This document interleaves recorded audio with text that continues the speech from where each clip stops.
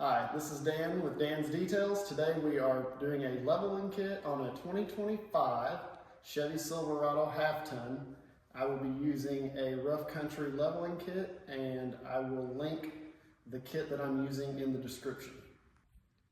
What we'll start with is removing the skid plate under the truck. It is 4 13mm bolts.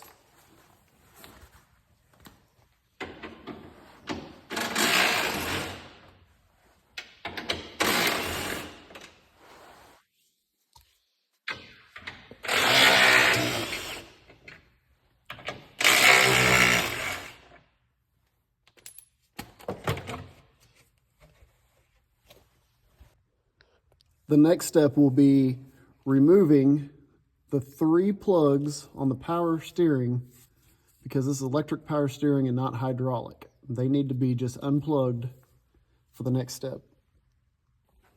Next step will be removing the wheels, 22mm socket. Hold on to your lug nuts, put them in a safe spot so you don't lose them.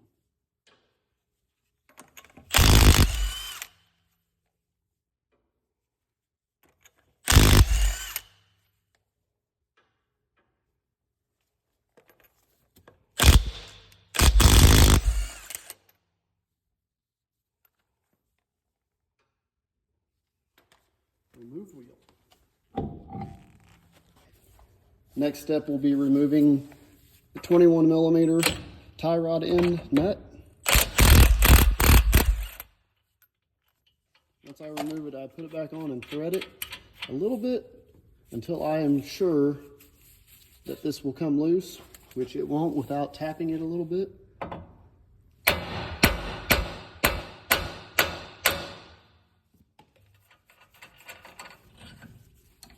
Put the nut back on the tie rod for safekeeping. The next step will be removing the 10mm bolt on the spindle that holds the wheel speed sensor and on the brake line and the one on the control arm.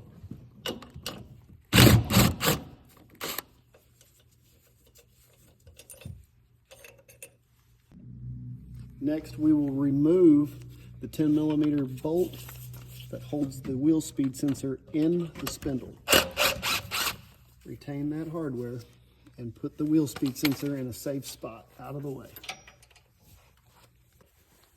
Now what I like to do is take an 18mm socket, remove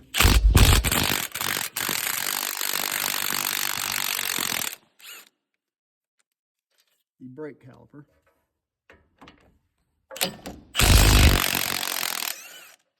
Do not overstretch the line. Have a black or white zip tie handy.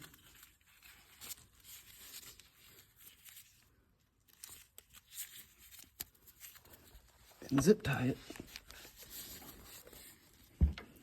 to the sway bar.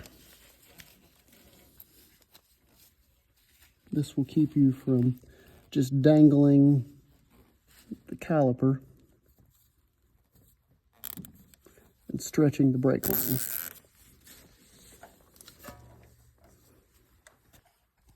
Next, you will take a 36mm socket and remove the center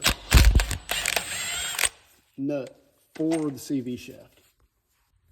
The next step, we'll take an 18mm wrench and remove or loosen the upper ball joint.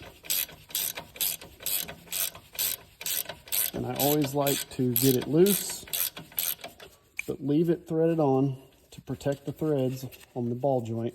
So when you strike right here with your hammer to dislodge it, you do not take a chance of hitting the threads on the ball joint. So I have struck the spindle here and dislodged the ball joint from the spindle.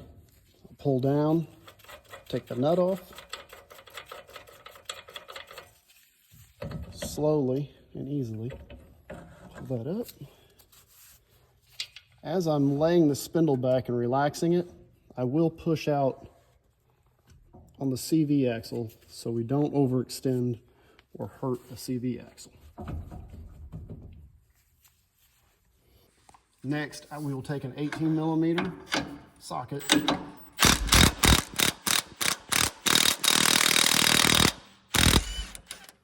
remove the nut on the bottom of the sway bar end link, and use a 15mm socket to remove the 2 lower strut mount bolts.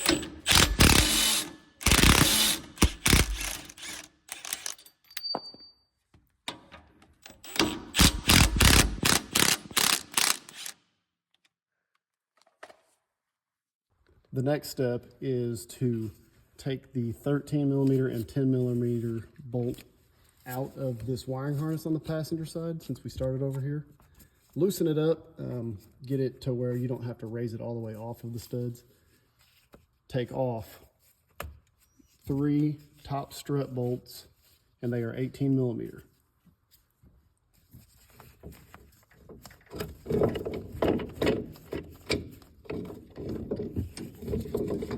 And the strut is out.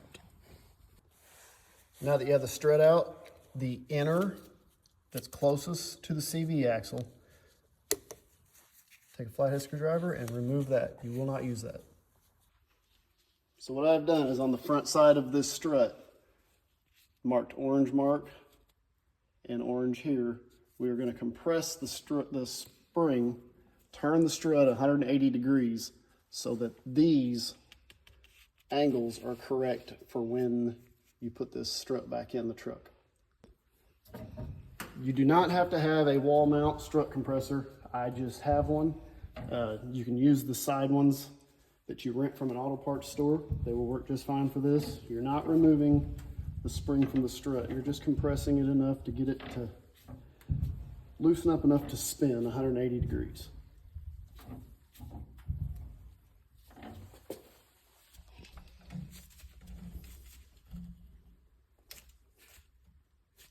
Just like that. The next step will be taking the strut bolts and trimming them down to 1 1/4 inch in length. This will not interfere with the threads. You do not want to get into the threads. So now that I have the studs marked at 1 1/4 inch, and you can use a Sawzall or you can use a cutoff wheel. I like to use my Portaband saw since it's quiet and extremely reliable.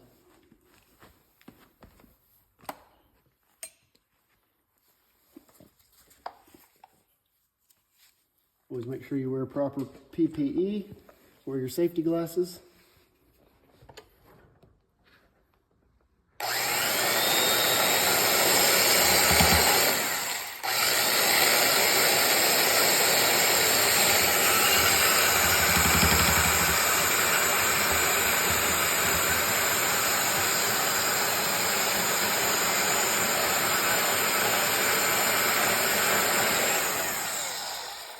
One down, 2 to go. So now you will take the metal spacer, and it will be indexed correctly. There you go. Your plastic spacer, or composite, as I like to call it. Put the hardware in it. That was sent by Rough Country.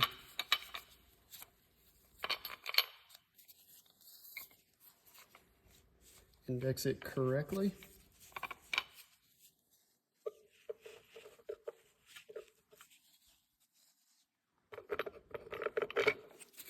And it will slide on. Okay, now that you know for certain that these studs that you trimmed are lower than this plane right here of the top spacer, use the supplied washer and 17mm lock nuts to secure the top spacer onto the factory strut and torque them down.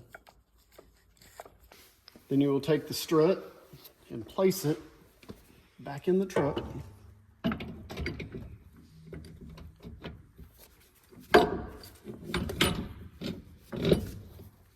And with the supplied washers and nuts,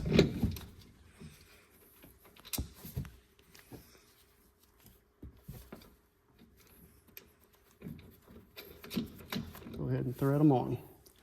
Go ahead and get all three started and do not tighten. So then you'll use a supplied bolt that Rough Country sends with 2 washers and a lock nut. And I like to go from the top down on the inside strut mount.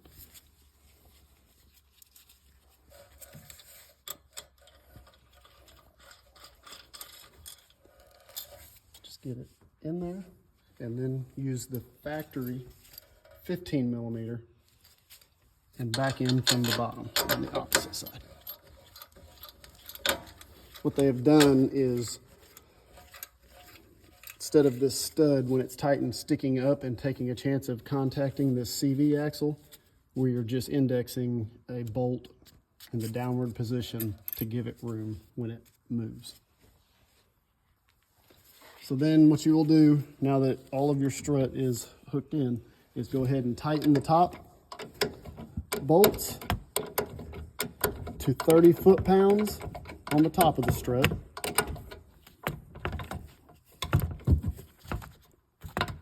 And once you get the top one secured to 30 foot-pounds, I like to go ahead and put this wiring bracket, the 2 bolts, back in it. Okay, so I have taken the 10 millimeter bolt on this side. We're on the passenger side, remember. For this plastic wiring, I have tightened the 10 and the 13 on the back side so that it sits down on top of this strut. Then we will go down to the bottom of the strut, 15 millimeter on the outside edge bolt.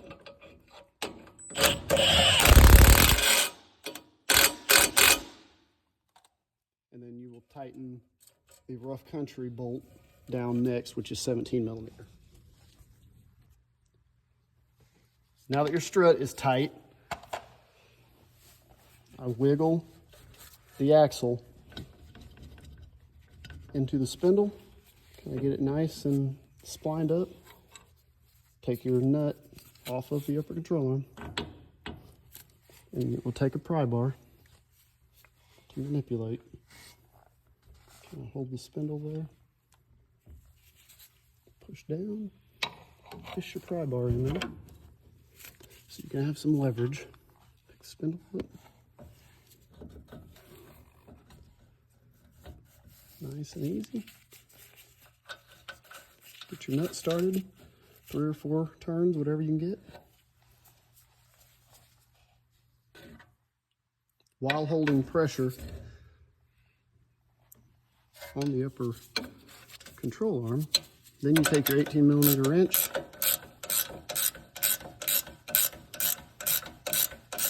go ahead, secure the upper ball joint.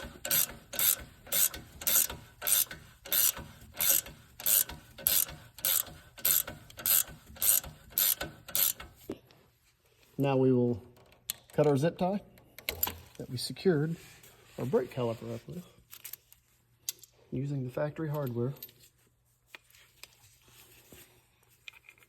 Go ahead and reinstall the brake caliper.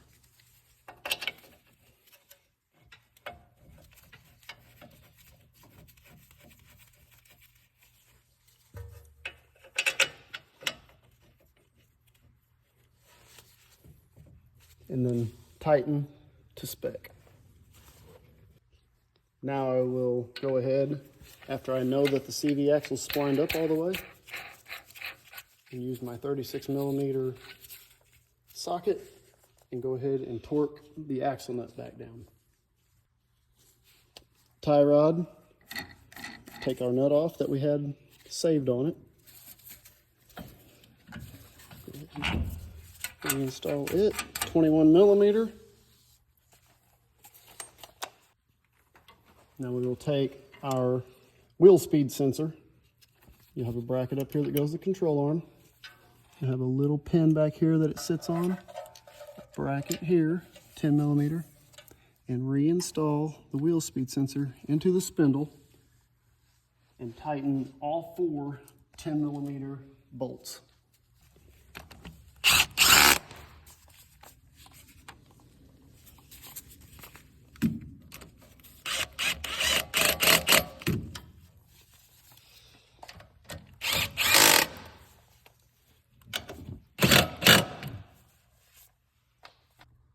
So the last thing on the passenger side, which is the side we started on, is the sway bar end link. And you can see that it has some room to make up since we have dropped the suspension down.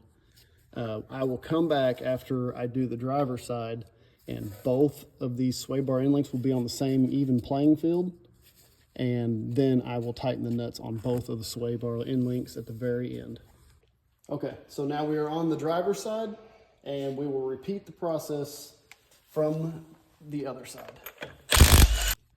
Okay, I'm going to remove all the brake line brackets and the wheel speed sensor brackets, and I'm going to take the wheel speed sensor out of the spindle.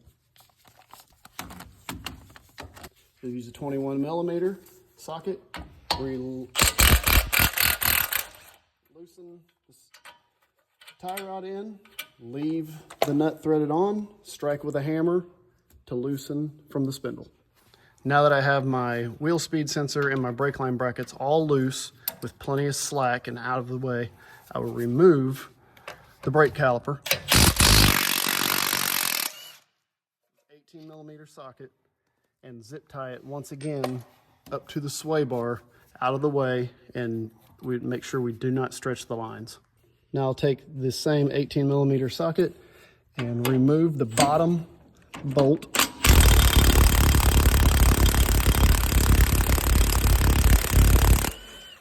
on the sway bar end link. Using a 36 millimeter socket, remove the nut on the CV shaft. Now we will loosen the upper ball joint from the spindle. We will once again leave the nut on the threads for a few threads while we strike the spindle to relieve the ball joint from the spindle. I've struck the spindle, relieved the ball joint, press down on the upper control arm, take the nut off easily, slowly, as you push on the CV axle. Let it relax. Do not stretch the CV axle. Now we'll take a 15 millimeter socket and loosen and remove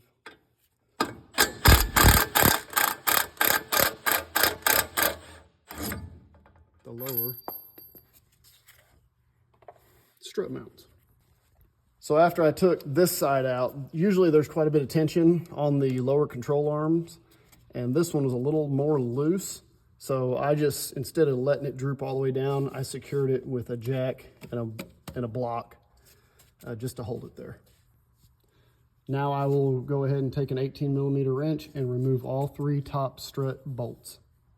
Remove inner clip, the one that goes under the CV axle from the strut. And we marked the leading edge, and we will go in the strut compressor, and we'll spin the strut 180 degrees.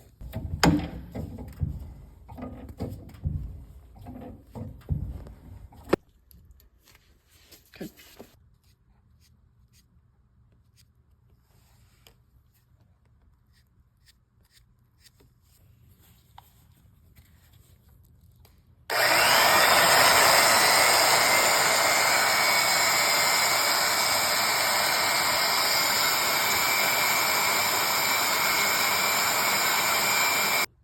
Okay, studs trimmed down to 1 1/4 inch, metal plate,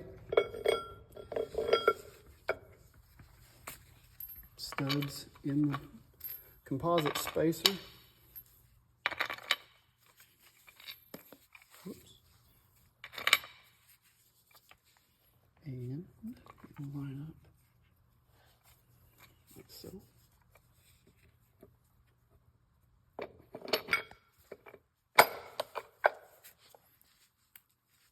supplied washer and lock nut on the factory trimmed studs.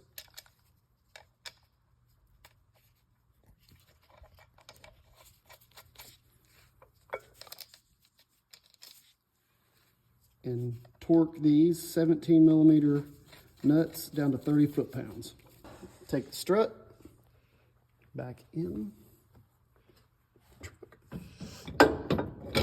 line it up, using the supplied washer and 17 millimeter lock nuts. Go ahead and get them started on all three of the studs. Do not tighten. Now I'll take the supplied washer and bolt, put it on the inside under the CV axle, and go ahead and thread on the nut, leave loose, remove the jack and the block that we put in there if you used one, and then take the 15 millimeter stock bolt and go ahead and put it in the front one. I've tightened both lower strut mount bolts. Now I will go ahead and tighten the 17 millimeter bolts on the top of the strut. Now I will take the upper ball joint nut off, pull down, get my pry bar under, get it ready.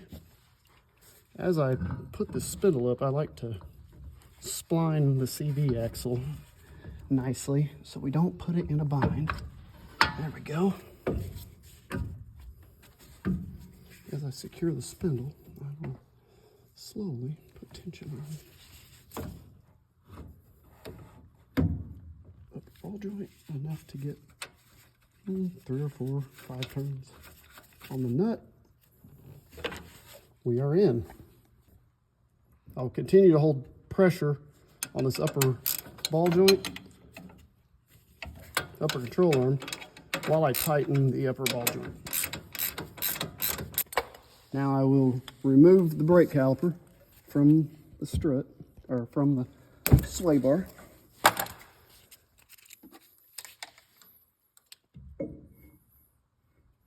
Slide it back on the spindle.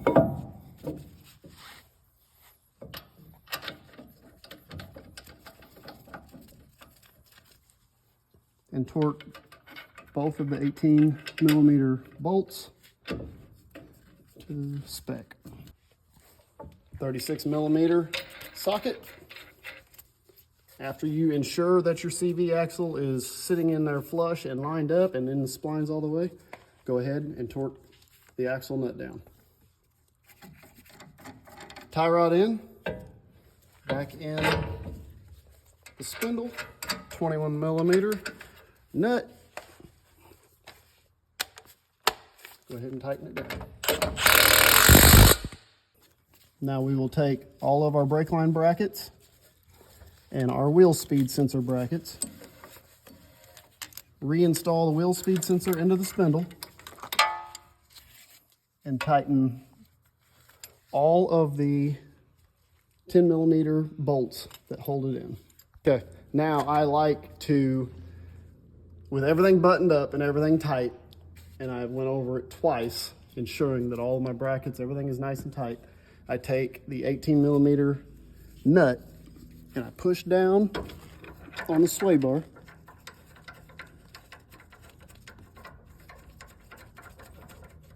And get, what I've done is I went to the other side as well, and I've made sure that this is lined up in the hole on the other sway bar. So as I push this down, it pushes the passenger side down. And I can go ahead and tighten this.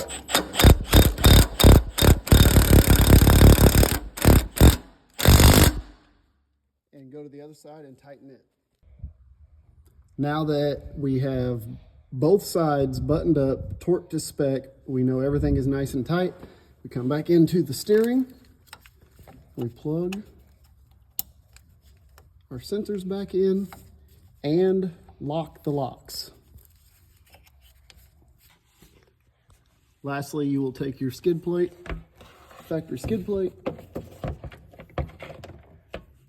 in the 13mm factory hardware and re-secure your skid plate. So now I have went over every bolt once again to double check and nut and make sure that everything is tight, everything is happy, no lines are stretched. We'll put the wheels and tires back on it and set it on the ground. Set it on its all 4 feet. See how it looks.